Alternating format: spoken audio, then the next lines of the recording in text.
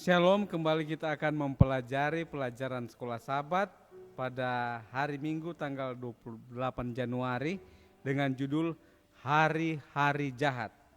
Sebelumnya mari kita berdoa.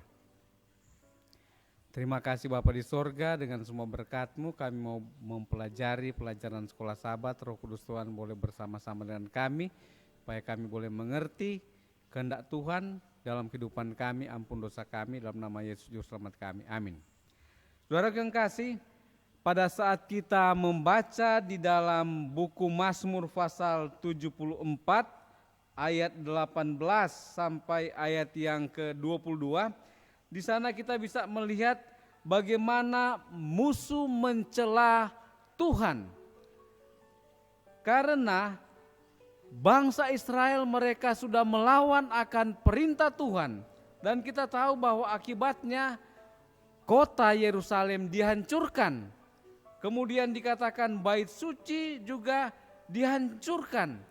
Jadi pada saat Asaf dia melihat akan hal-hal ini, maka dia melihat bahwa bagaimana Tuhan yang sebagai Allah daripada Israel mengizinkan hal itu semuanya terjadi. Saudara yang kasih, di sini kita bisa melihat satu pertentangan yang besar antara Kristus dan setan, dan itu terjadi mulanya di sorga, kemudian di bumi pada saat manusia jatuh ke dalam dosa. Maka dinyatakan bahwa mengapa Tuhan membiarkan dosa dan penderitaan ada. Saudara yang kasih, ini adalah merupakan akibat pilihan daripada manusia itu sendiri. Kehadiran dosa itu adalah sangat misteri.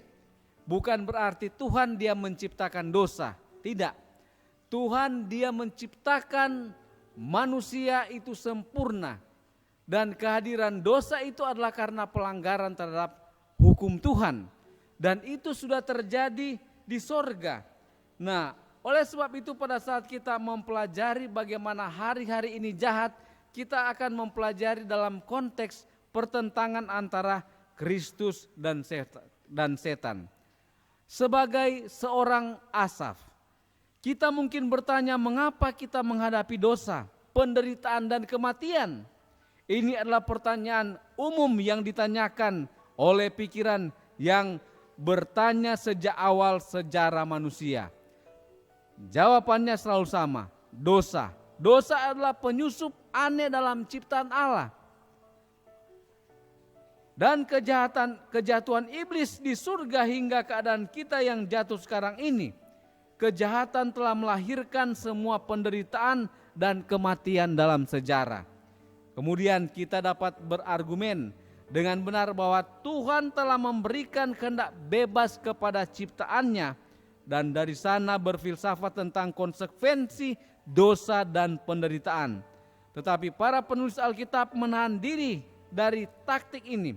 Marilah kita seperti Asaf percaya pada kekuatan dan kebijaksanaan pencipta kita untuk menyelesaikan pertanyaan dengan cara dan pada waktu Tuhan. Saudaraku yang kasih, hamba Tuhan Nyonya White dia menyatakan di dalam buku Alfa dan Omega jilid 6 halaman 314. Kehormatan Allah, kehormatan Kristus termasuk dalam kesempurnaan tabiat umatnya. Jadi terkadang kenapa nama Tuhan dihujat? Itu karena hari-hari ini adalah hari-hari yang jahat, di mana kita jatuh ke dalam dosa, di mana kita yang mengaku sebagai umat pilihan Tuhan, sama seperti bangsa Israel, mengaku sebagai umat pilihan Tuhan, mereka selalu menyakiti hati Tuhan. Nah, warisan yang Tuhan berikan bukan hanya kepada bangsa Israel yang berdasarkan keturunan, tetapi semua bangsa yang menerima Kristus, maka mereka boleh berhak untuk memiliki warisan Kanaan sorgawi. Saudara yang kasih, di hari-hari yang jahat ini, jangan kita mengandalkan diri kita sendiri, tetapi marilah kita mengandalkan Tuhan, karena kesempurnaan tabiat Tuhan itu harus terjadi, harus ada di dalam pikiran dan di dalam kehidupan umat-umat Tuhan. Pada saat tabiat Kristus boleh dipantulkan lewat pribadi kita sebagai keluarga, sebagai jemaat, sebagai umat Tuhan secara keseluruhan, maka nama Tuhan itu akan ditinggikan dan Tuhan akan cepat datang untuk menjemput kita masuk dalam kerajaan Tuhan. Kiranya Tuhan memberkati kita pada saat kita terus mempelajari pelajaran sekolah Sabat dalam nama Yesus. Amin.